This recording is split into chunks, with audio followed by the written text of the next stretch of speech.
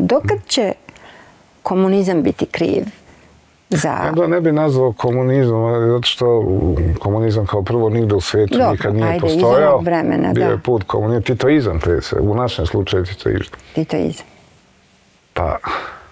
Ili bilo više poltronstva tada ili sada? Titoizam ili samoupravljanje, kako god to nazove, je bio zvanično autoritarni, diktatorski sistem.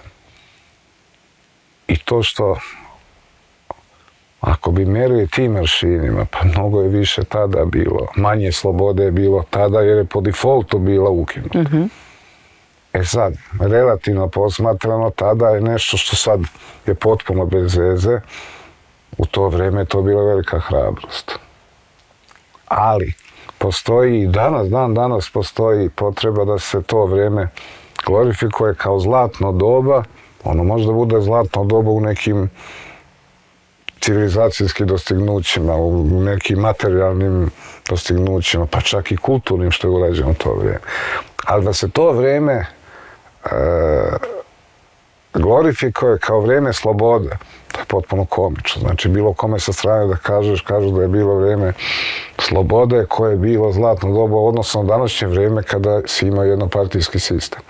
Kako ljudi pobogom, mislim, ne može. Da, razumem to kako te nervira titoizam, nego te više pitam da li je oportunizam i poltronstvo, je li to neko naše strašno nasleđe kog ne možemo da se otarasimo iz prošlosti ili je neka konstanta iz ljudske prirode ili... A ljudske prirode svakako, svakako, ali da postoji taj tradicija u kojoj tradicija jednoumlja postoji. Kao što smo pre govorili, to nam je sve ostalo iz turskog doba. Ima i toga, naravno. I što misliš, koliko vremena je potrebno da kažemo, evo sad, kad bude posljednja generacija koja nije rođena u tom titoizmu ili kad?